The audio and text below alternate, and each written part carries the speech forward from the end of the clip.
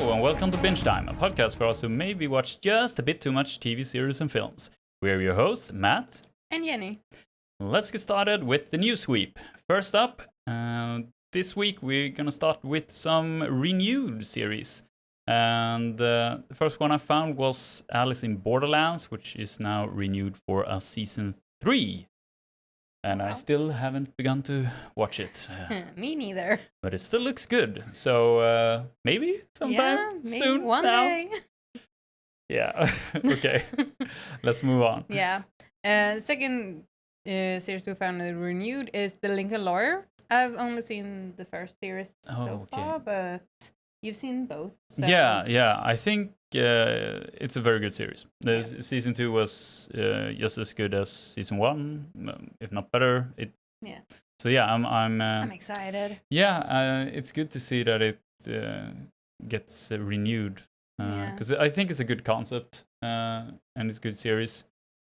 I think I described it like almost somewhere in between one of those normal police series, CS series or something like that, and more like an old school noir. But yeah, it's somewhere in between. I think it's a good plot and a good tempo.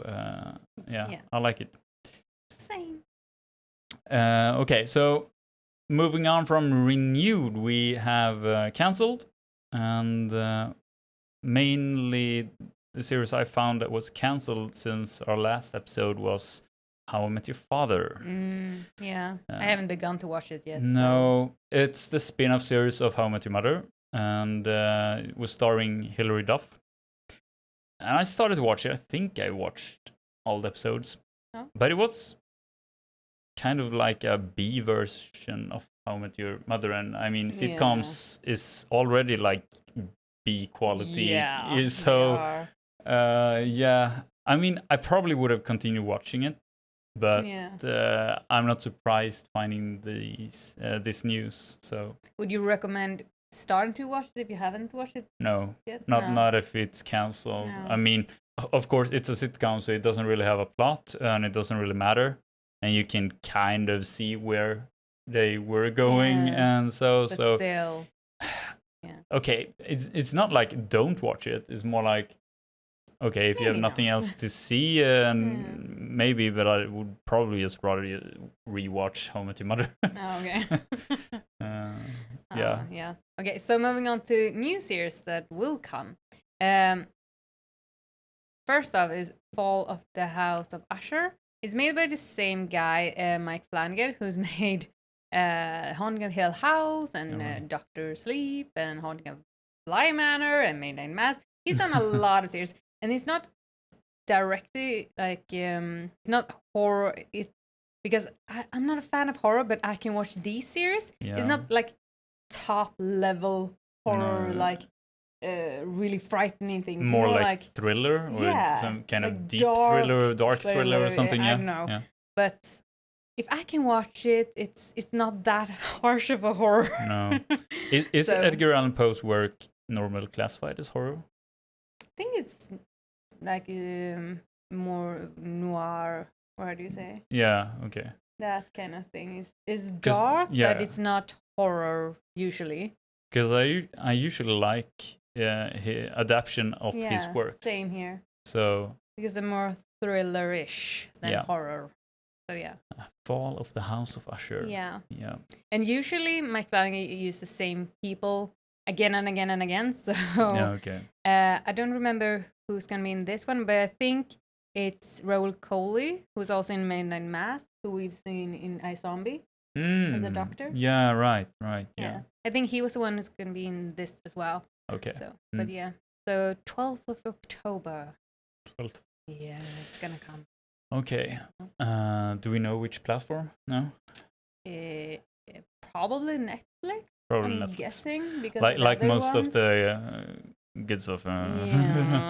Yes. There's good stuff on the other platforms as well. But not as many as Netflix. Not as many, not as often. Yeah, exactly. Moving on to also a Netflix series, if we call it. Life on Our Planet is coming to Netflix on October 25th. And it is a documentary, right? Yeah. And we follow the incredible story of life's epic 4 billion year journey on Earth. And it comes to life in this series from Steven Spielberg and the team behind Our Planet. And with the help of modern technology, this documentary will bring to life dinosaurs and mammoths. Ooh, yeah. And none other than our Morgan Freeman is the narrator. Our God, Morgan Freeman. Our God, exactly. I think like he is the guy for narrating stuff. So yeah, he really is. If for nothing else, just play it in the background to hear his voice. Yeah, it's gonna be great. Yeah. Okay. So looking forward to that. Yeah. I mean, the documentary is always nice to watch, but with narration of. I mean, if you can't have Sir David Attenborough, have Morgan Freeman. Yeah, exactly. It's great. Yeah.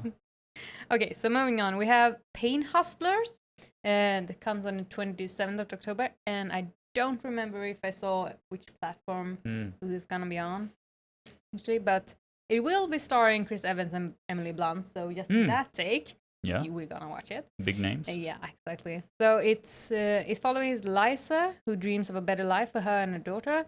So she gets a job at a bankrupt pharmacy, and Liza's guts catapult the company and her into the high life, not knowing that she will soon be in the middle of a criminal conspiracy.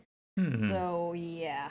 I think it's strange to get a job at something that's bankrupt. Yeah. But I guess it's starting to become bankrupt rather. I'm guessing it wasn't maybe when she first started, but maybe it happens like very soon after or something. But it sounds it's weird. Kind of exciting though. And big names. Big so names, yeah. Yes. Interesting. Continuing on, also kind of big name. We have Lessons in Chemistry, which I not noted neither platform nor date, I see. But it's about a character called Elizabeth Sott, who lived in the 1950s, and her dream of being a scientist. And this dream is challenged by a society that says women belong in the domestic sphere. She instead accepts a job on a TV cooking show and sets out to teach a nation of overlooked housewives way more than recipes. So I'm guessing it's going to be very chemical recipes and very exciting mixtures. Yeah. And regarding big name, I mentioned it's Brie Larson in the main role as Elizabeth Sott. So yeah, we talked about this before. More kind of like movie stars are moving on to TV series as well. So that's cool. That's fun to see. And I think, did we discuss this was based on a true story? Like this character has lived or something like it? Maybe not. I don't remember. I think after it's been launched and we watch it, we can talk about it again with some more specifics. Exactly. So. Okay, so moving on, The Gilded Age has a series 2 coming up on the 30th of October. It's about like the Gilded Age. It's at the end of the 1800s, beginning 1900s, and you follow like the society as it rises up to like the old money and new money, how they like fight for the status. So it's quite nice to just see behind the scenes like how they are to each other. Like the new money wants to be accepted by the old money, and the old money is like, no, we're not gonna not gonna grant that. No, of course. So it's I like the first season a lot, so I'm excited for the second. Okay, so this I think this was something that's been renewed, but we don't know if it's been renewed for a series 3 or season 3 then, I guess. Sounds interesting, and it's good if you like the first one that they continue period on. dramas. Period are dramas. great. So Right. it's my jam. Okay. So that about wraps up the news sweep. Yep. So let's continue on to the series and films that we've watched since last time. Mm. And the big one, Yeah. which I think did I mention it last time? But I've been waiting for it for a very long time, and it's the One Piece live action adaptation, which launched on Netflix. Mm-hmm. And it's available now for all to see. And I really was excited about this, and I had my doubts about how it was going to go. And because you've seen the anime, which I haven't. Yeah. So. Well, I've not seen all of the anime. Oh. I watched it a lot growing up, and I think I watched it up until somewhere around almost episode 700. But they're like 1200 now, so I almost have half of it left. So I'm like 700, so many episodes. Yeah, I'm like, it's not even half. No, it's still a lot of episodes. But I think that season 1 of the live action adaptation was like the first 70 or so, or it was less than the first 100 anyway. So this story I knew already. Yeah, you said it was like the first arc or something? Yeah, it kind of depends also because depending on who you talk to, people kind of look at the arcs differently. Yeah, okay. Some break it down to smaller arcs. But yeah, it was kind of like the first big arc, I would say. But yeah, I really enjoyed it, and I think most people who have watched it did enjoy it. Yeah, it's kind of like the normal thing when you adapt like a book to a film or something, that the main thing people complain about is things getting cut out. Yeah, or changed, like a different character. Yeah. Like wasn't it? There's like one character was actually like two characters. That's the most often thing to happen. Like they just mash everything. Like we can't have this, and this, so we're just gonna put it all together. Yeah, and I think they did some of that, of course, because how else would you fit so many anime episodes into one? Or manga, of course. It is to start over a bit. This is a manga from the beginning. One Piece is a manga from Eiichiro Oda, and the manga, I think it's not finished either. So I think it's still being released. I might be wrong there. But the anime, then they made an anime adaptation, and I think those two follow each other pretty closely. Okay. Normally in anime they have some filler episodes and filler arcs, but the main story is no, definitely not. Usually they need that if they kind of catch up to the manga. Oh, okay. so they need to fill it out in while they wait for the manga to be completed. So for this they have a lot of material anyway. But yeah, so I heard mixed messages when you read online of how it was received of the public, and also mixed messages that people kind of talked on behalf of Oda without.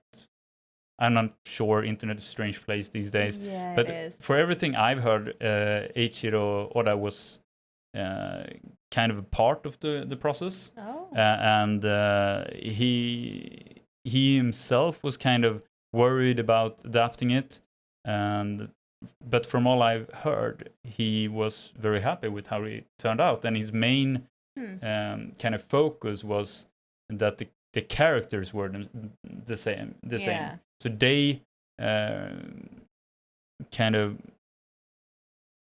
we as an audience felt the same about the characters, and they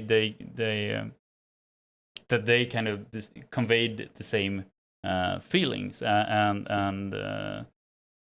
aura almost, like they did in anime and the manga. So of course the main story is basically the same. It's like okay, so the plot then.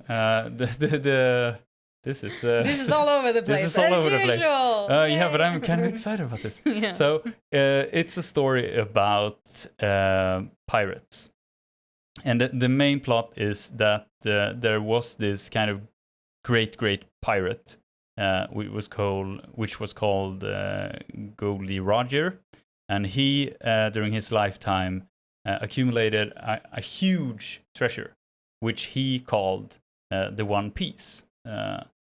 And when he was caught by the Marines, which is like the policing in this world, and executed, his final words were basically he called out that the One Piece is real and it's out there and go find it, which treasure hunt. Yeah, which kind of just made a lot of more pirates, because there was a lot of more people that wanted to find his treasure. So he started kind of the golden age of pirates. And among the pirates then is Luffy, I think in America. They kind of have this weird LR pronunciation in Japanese. And who is a young boy without his parents, and he kind of always looked up to a pirate crew which visited his island, and he kind of had like a father figure with the captain. And his dream has always been being a pirate and going to find a One Piece. So the story kind of begins when he finally starts his journey, and he wants to become the king of the pirates. Yeah, exactly. So that's also part of this, that it's kind of understood that if you find the One Piece, you're the king of the pirates. Yeah. So that's his main goal. Yeah. And the story is basically him trying to find One Piece and doing it by just going out to sea and making his way, and meeting people along the way and trying to recruit a crew, and different kind of adventures just ensue along the way. Yep. So the main difference I found in season 1, if you compare it to the anime, it was more compressed. Like I said, it's usually more compressed. So normally each one of the crew members, when he like meets them and finds them, and there's usually a whole arc. That's where it's like a small arc with each one of them. Yeah. And this time he met Zoro and Nami. Like kind of the same time, and in the anime and manga he finds Zoro first, and then they do the whole marine base, and then they find Nami afterwards, and so on. Oh my god, this is so strange. So it's a bit it's very differently more dragged out, but I think it didn't really take away too much. I didn't feel like it mattered. It was still a good story, and I think the new story they made was just as good, just a bit more up tempo. Yeah. So I really liked it, and I think the main thing, except being a live action adaptation, that worried me and a lot of people that watched anime, is that this is kind of a strange world. It's a world where they have these devil fruit powers, which does not exist at all in our world, and it's very supernatural powers, which a lot of them will probably look very weird trying to do a live action adaptation of it. And for Luffy's power, which is he's a rubber man, I think it worked well with the effects they did, the CGI effects. Yeah, it looked good. Yeah, and also with one of the kind of main antagonists in this season. Buggy, where he could basically cut up his body and float them around the different parts. I think they got that to work pretty good as well. It was some things that looked, but it was fine. But they definitely have a lot more challenges going into season 2 and beyond.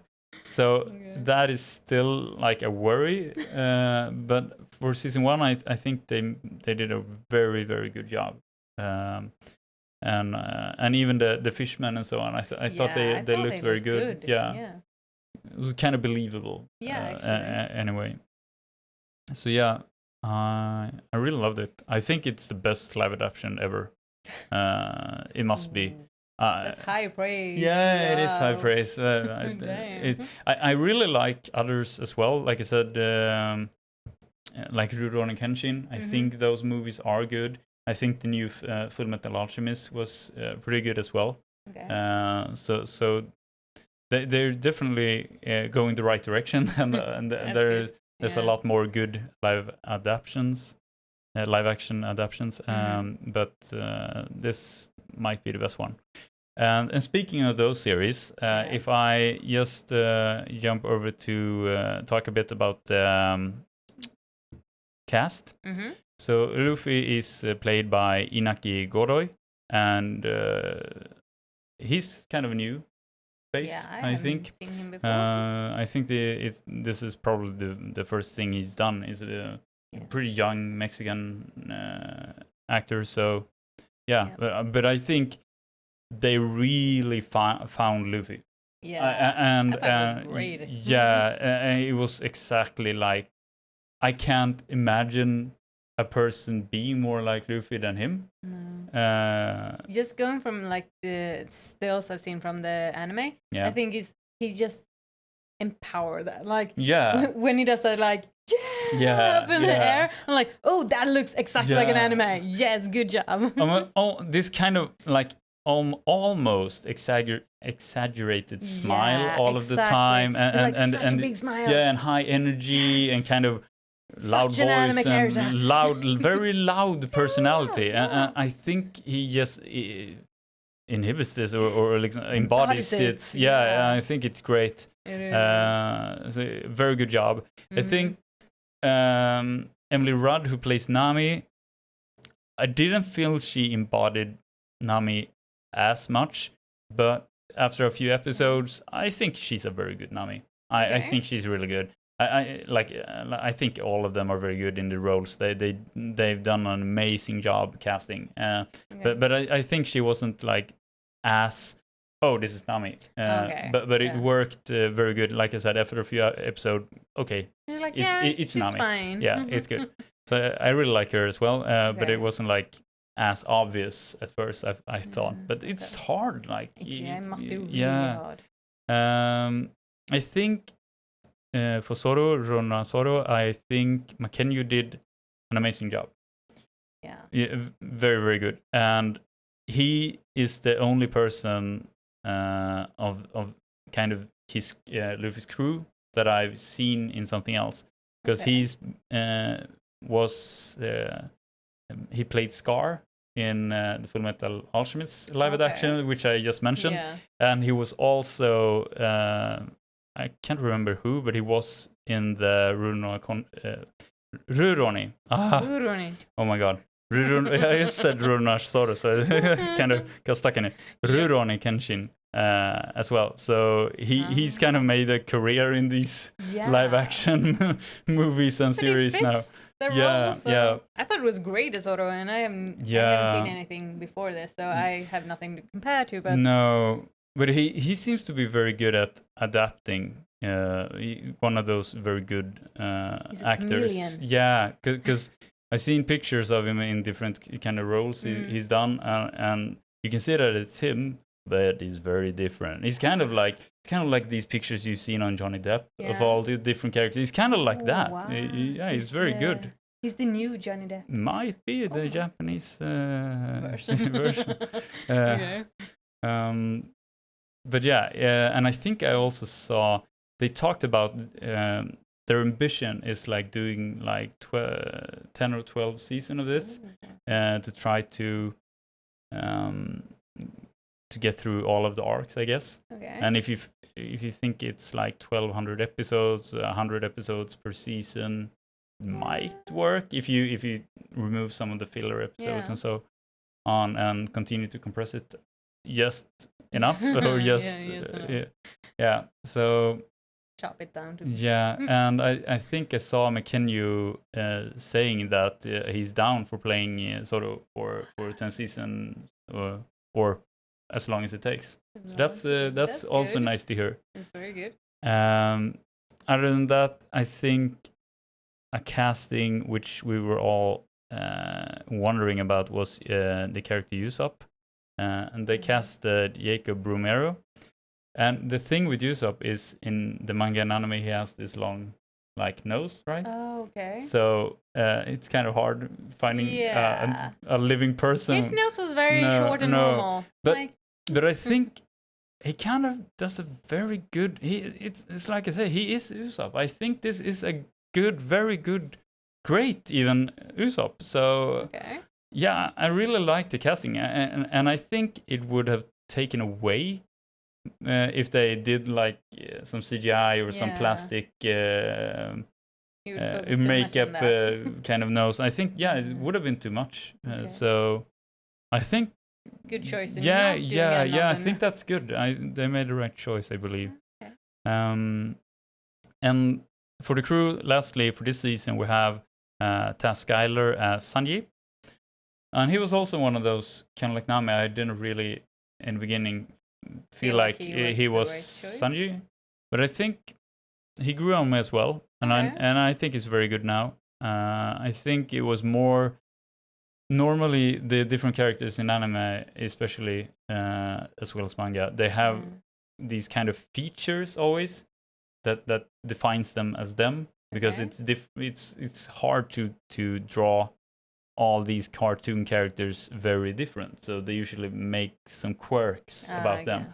And Sanji always had these kind of large curly eyebrows, which they didn't do. No. And that was one of those things that I was wondering, maybe they should have done something. Of course, he looks more normal now. But he has like a bang or a fringe, like going over his eye. Instead. So maybe that's his thing in the series. No, he has that as well in the anime. So that they kept. They kept okay. So that's good.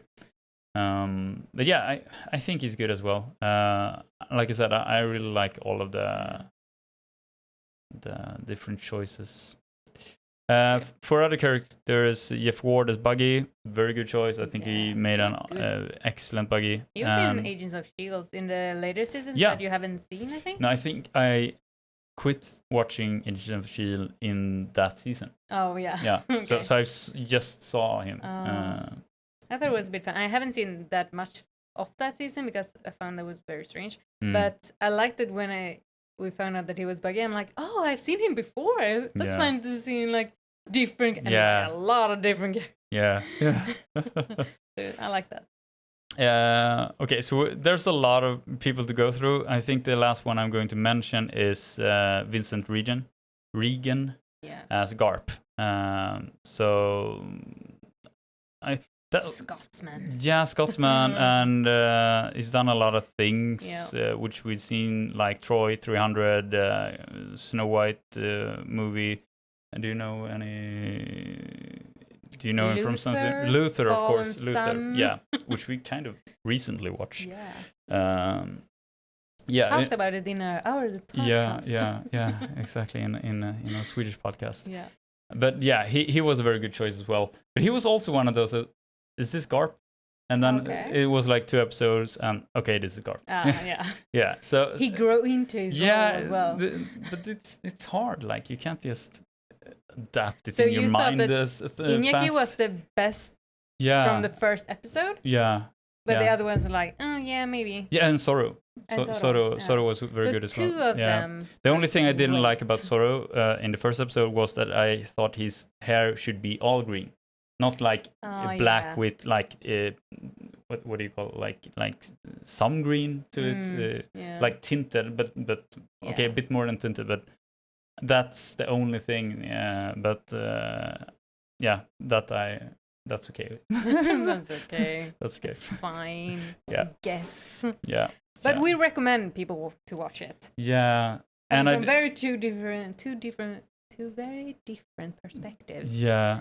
We both liked it. Yeah. You definitely don't need to have seen the manga or anime, and if you've seen it, I think you will like it anyways, unless you're one of those that just very nitpicky about everything. Yeah.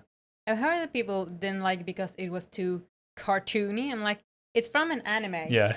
Of course, it's gonna be cartoony. Yeah, it's like it's gonna be exaggerated things. Yeah. That's like the point of this. You're just gonna watch it and be happy. It's like it was an adaptation, not an interpretation or like exactly. I'm like, what the? A thriller version of it. It was an adaptation. Yeah, I think they did an amazing job. And like I said, I think Oda was happy about it as well. Yeah. And when if he's happy, we're happy. Yeah, and it took a while, but they announced that it was renewed for season 2 as well. Yeah. And they actually did the announcement with Eiichiro Oda.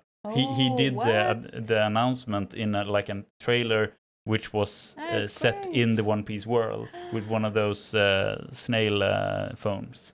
So, the snail phones. Yeah, they were fun. Yeah. So that's nice as well to know that it's actually been confirmed for season 2. Okay, I know I rambled on. Enough about One Piece. I will not talk about it until season 2. Okay, maybe. We just throw it in somewhere along the line. Maybe if we find some news or something. Yeah. Someone who's confirmed as another character or something. Okay. Yeah. Moving on. But yes, moving on. Okay, so I've seen the series Wolf. It's a British series. Actually, it's more of a... It's setting well in Wales, so that's a bit fun. They have a bit of Welsh talking. But it follows a family that comes home, and more or less directly after they come home, they're being taken hostage in their own home. The father, it's a father, a mother, and a daughter. I think the daughter's maybe 20 or something. She's not that young, at least. But they don't exactly know why they're being taken hostage. Like, is it money? Is it something else? And it follows this event of being taken hostage in their own home and like being chained up, and it's just very, very strange person. At the same time, we follow a policeman who has ties to Wales, where their family's in, but he also has ties to London. And he's very focused on finding out what happened to his younger brother, who disappeared when they were kids. Like, he was 8, and I think the brother was 10. And he's always thought that it was a neighbor who has taken him and killed him. Oh. And he's obsessed with finding out what happened and if it was a neighbor. And it ruins relationships because of this. But it's kind of nice just following these two, and at the end of the series, they intertwine. So it's kind of nice to just connecting it. But it was interesting to watch this and just see how they did it. You think one thing's gonna happen, and then another thing happens, and you're like, oh my god, but I thought this, and then this doesn't happen. And like, oh my god, but why did these two people, where have they taken this family hostage? Like, oh, but it's not what you think. And the people, like the captors, they're not what you think either. Like, it's so many layers. Okay. So it's an interesting watch. Okay. But I thought it was gonna be more horror-ish. It wasn't that. It was more like thriller-ish. Okay. Thank God for me. Yeah. But yeah, it was good, but it was not what I expected. Okay. Yeah. So the cop was played by an Ukwele Roach, who we've seen in Blind Spot. So I thought that was a bit fun, and I saw him in Midwich Cuckoos, but I don't remember that. But that series is something I don't really remember. It wasn't that good. So maybe it was that. But then Sasha Dewan was one of the people who were the captors, and we've seen him in Iron Fist as Davos. Ah, yeah, okay. Yeah, so I thought that was a bit fun. Yeah. And the other one that was a captor was Iwan Rion from Game of Thrones. Okay. The one who what is his name? Ramsey? Yeah. Oh, okay. So I'm like, oh my god, he's gonna be cruel. This is not gonna be cruel. Like, what is his role in this? Oh. Yeah, it was an exciting watch. Okay. Just for him. But then like Juliet Stevenson, who's a typical British actor, she's in everything. But she's in Riviera. I think you saw it. Yeah, I haven't seen the first season of it. But they were like the big names. Yeah. But I thought it was good. I think I would recommend it. Okay. Because it was so many different layers, and you like I said, you think one thing's gonna happen, and then they discover something new or something. But that's something we usually kind of complain about as well, that a lot of plots nowadays are very, you can kind of see it beforehand. You know how it's going to end or how it's going to go. So yeah, I really enjoy and appreciate series and movies when you're surprised. Exactly. Because it doesn't happen that often anymore. No. Usually you can just pinpoint like, now this is gonna happen. Now this. It could still be a good watch, but this was fun because I couldn't imagine this would happen. Like. Okay. Yeah. Okay, I am getting curious. So they done something right. It seems. Yes, they have. It was good. Okay. Bit shorter to talk about the wolf than One Piece. It's always that way with me. I'm like, I don't know what to say anymore. No, that's good. Moving on, we can talk a bit about something we watched together at least, and that was also Netflix. Yes. The Wonderful Story of Henry Sugar and More. They released like one bigger episode, which was like 40 minutes. Yeah. And then like 3 or 4 that were 17 minutes, which is a strange number. Short. And they were all Wes Anderson stories. So not full movies, and they didn't really have anything to do with each other. No. More than that, they reused actors and even some roles. What? Well, yeah, the narrator, the guy who kind of wrote down the story. Yeah, as Roald Dahl. Yeah, so true. That's good though. But I like that. Okay. So you mentioned one actor, which if you don't know, he played M in the newest Bond movies, and of course the one who must not be named. Yes, in Harry Potter. Yeah. More actors. We have Benedict Cumberbatch, who was the main kind of character in the first, in the larger. And Dev Patel. And Ben Kingsley. Right? Yeah. Good big name. Yeah. But it's kind of hard to. I mean, it was a wonderful story, I guess. It was an interesting story more than a wonderful story of Henry. I think that what was wonderful was more like the abilities that he learned. Supposedly learned. But I think it was kind of a classic. All of them were classic Wes Anderson takes on a story. I haven't seen that much Wes Anderson, so I'm. We're kind of these quick, kind of long monologues, which kind of dry but still kind of funny. All very almost British humor. That's true. And they deliver the lines very like to the camera and very like not much going on in the face. They're very like, I don't know, poke faced. Yeah. I think I actually really liked how they told the story of the one with the boy who was kind of bullied by other boys.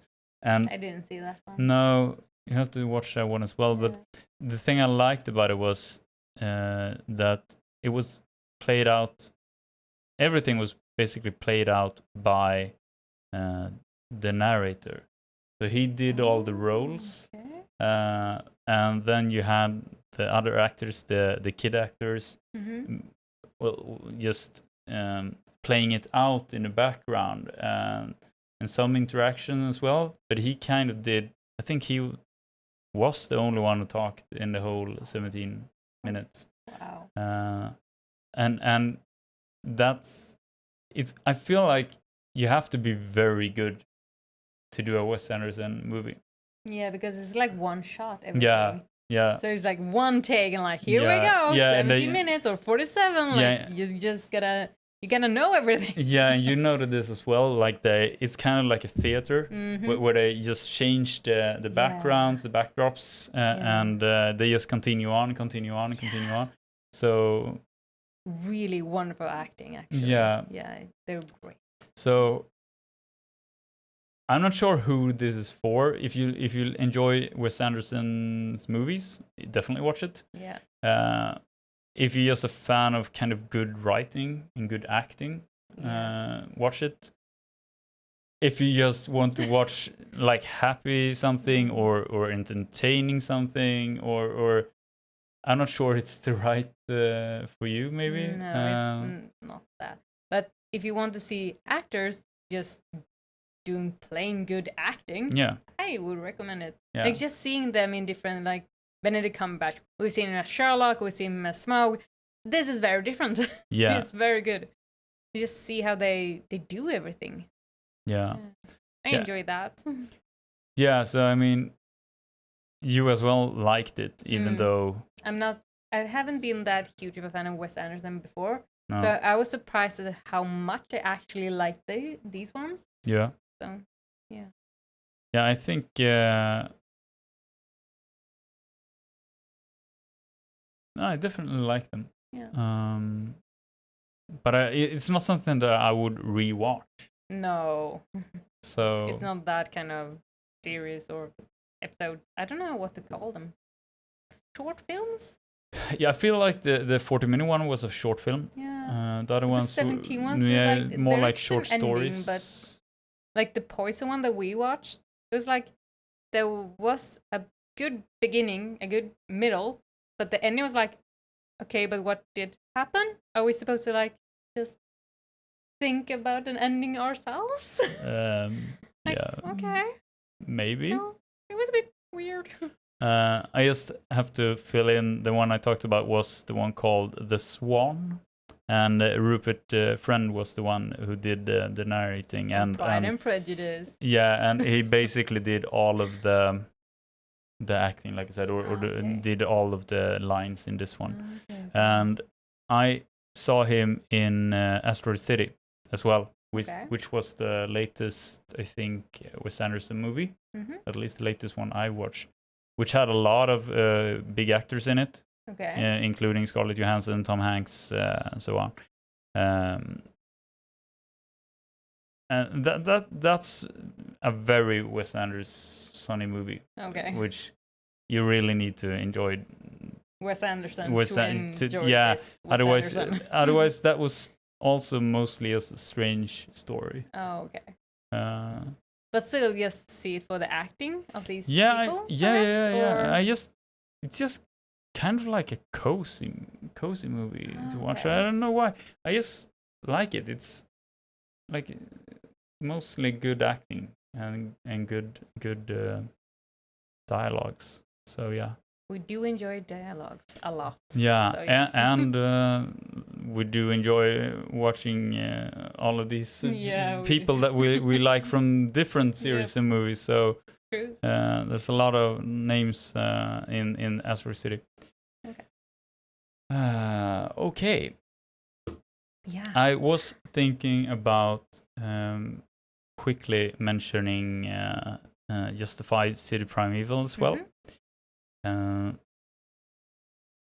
If you've seen the first Justified, which stars Timothy Olyphant, and he plays Raylan Givens, which is a not a Texas Ranger. He's a federal marshal. Yeah. And if you watch the first one, I think you should watch this because it's more of the same story, the same character, but it really has nothing to do with each other. This is like a whole new story. It's been such a time jump that it really doesn't matter. No. Okay.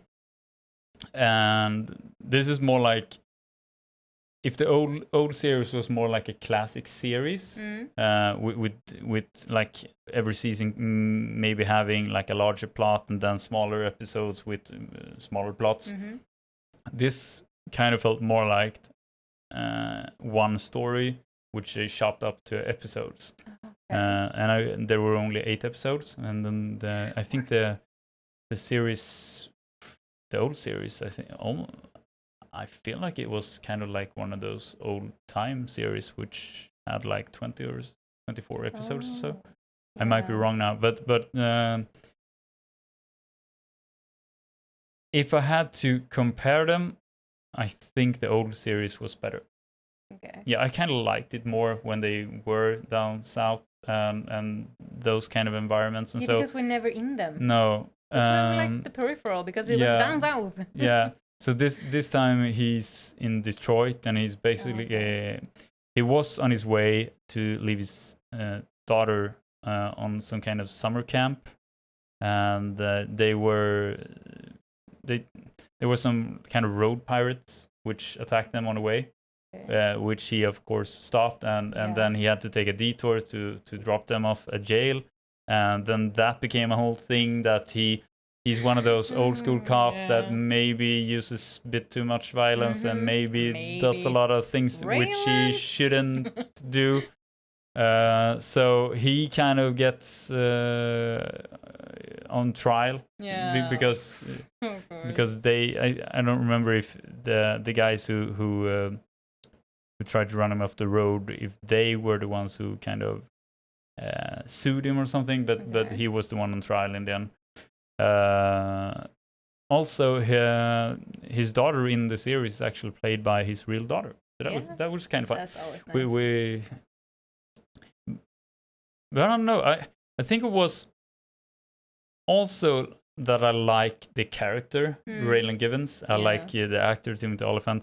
I think there were some other good actors as well. Like I said, what was he called?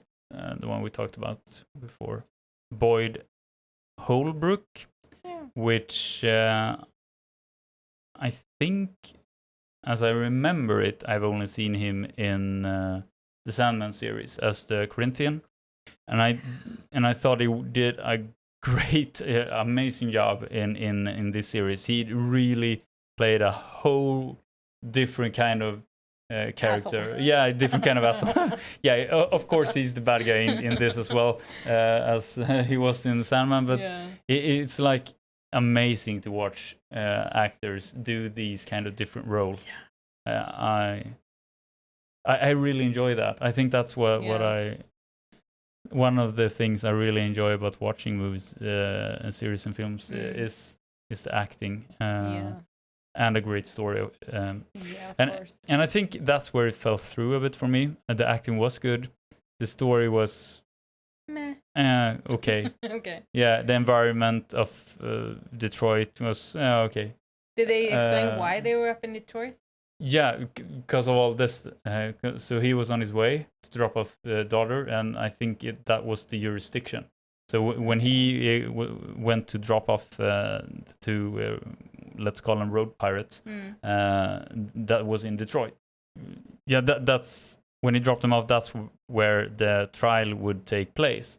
And so I'm spoiler alert. I'm spoiling a bit, but it's not like the main plot anyway. So he loses that trial, or they go free, and then, like I said, he gets tried instead. So that's kind of where the plot happens, because he like I said, he is like he is, so he doesn't really befriend the judge. But then the judge is almost blown up, and the judge wants someone to find who was trying to blow him up, and then he wants Raylan's help. Oh, okay. Even though they definitely did not get along, and they did not click.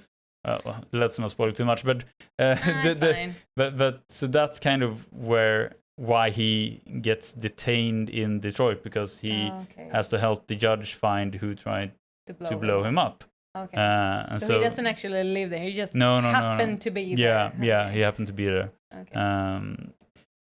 But it was like there's a love interest as well, and I didn't really get that. I guess I didn't see that connection. I didn't really feel that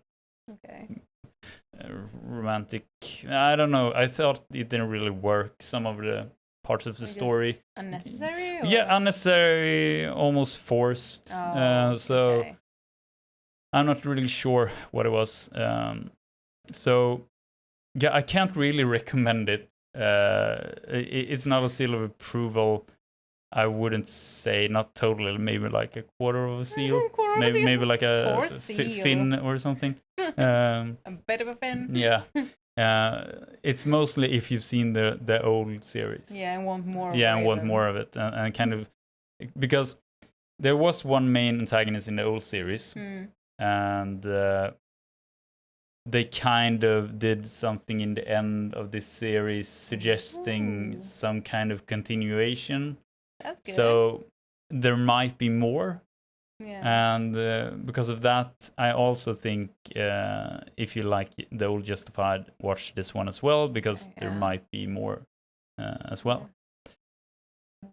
Okay, enough about Justified and everything. This is getting to be a very long episode this time. Yeah. Sorry, not sorry. Sorry, not sorry. Let's wrap things up here and say thanks for those of you who might be still listening. And until next time, ha det gött.